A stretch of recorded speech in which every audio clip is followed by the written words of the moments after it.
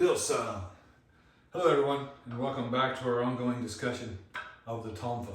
Hopefully by now you've got a pair and you've started practicing with them and you're getting more comfortable with the concepts behind taking an open hand and now placing a weapon in it. Tonfa are pretty versatile and it's kind of up to your imagination what you can do with them.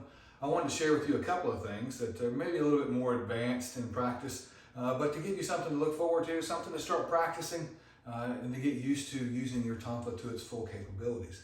One of the first things I want to talk to you about is called a figure eight. Figure eights are something you see a lot in the use of nunchaku.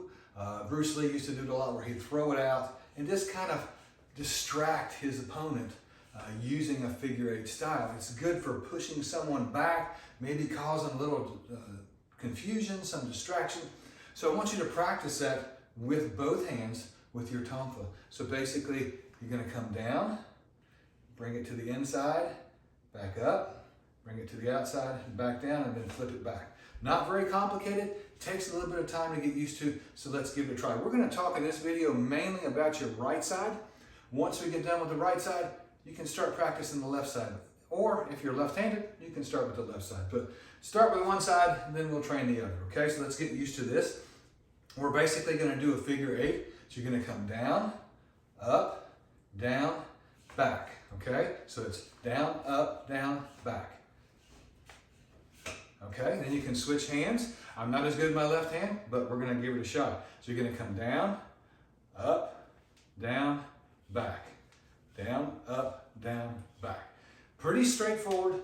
Give it a shot and see how you do. One of the other things I want to talk with you about is switching your grips. Not something we're going to do a lot, but did you know that you can make a Tonfa similar to a kama? So you can use it like a hammer. You can use it to grab and pull, to trip. There are a lot of things you can do with a Tonfa. Of course, you like the blades, but it is still an effective tool should you need it. So how do you get there? The easiest way to get there is just to start from a regular grip. You're going to take the rear portion of your Tonfa out to the side and just roll it around your hand. And then you can adjust your grip as you need to. So it's basically bring it out and roll it around. Just practice that a little bit until you get used to doing it.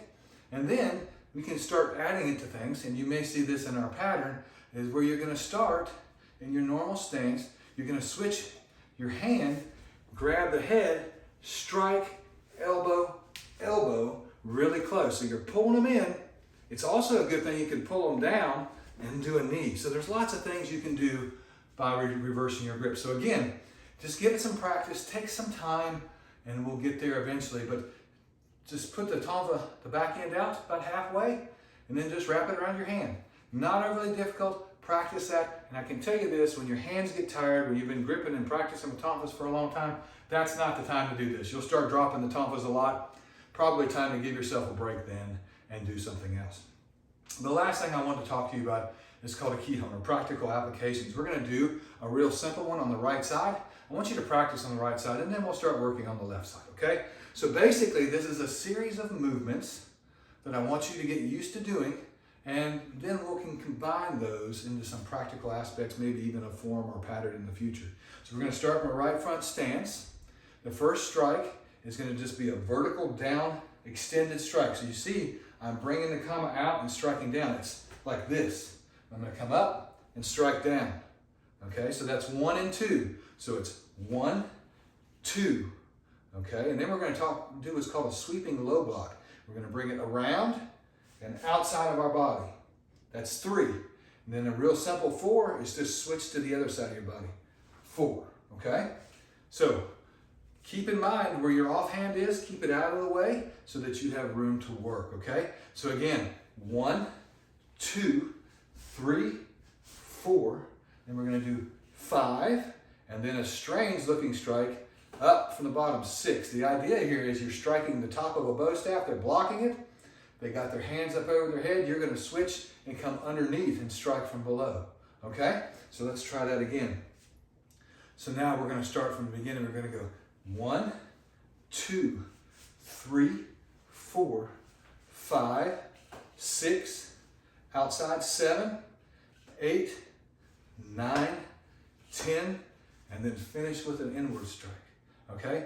I kind of jumped ahead a little bit, but those last ones are pretty straightforward. So let's go through it real slow one more time.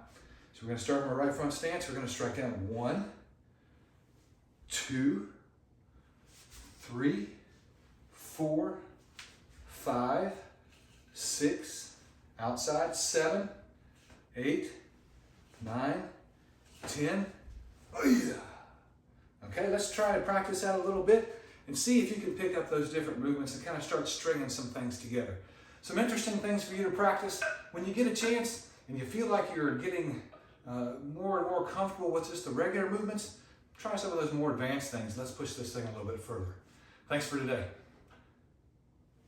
Pilsa.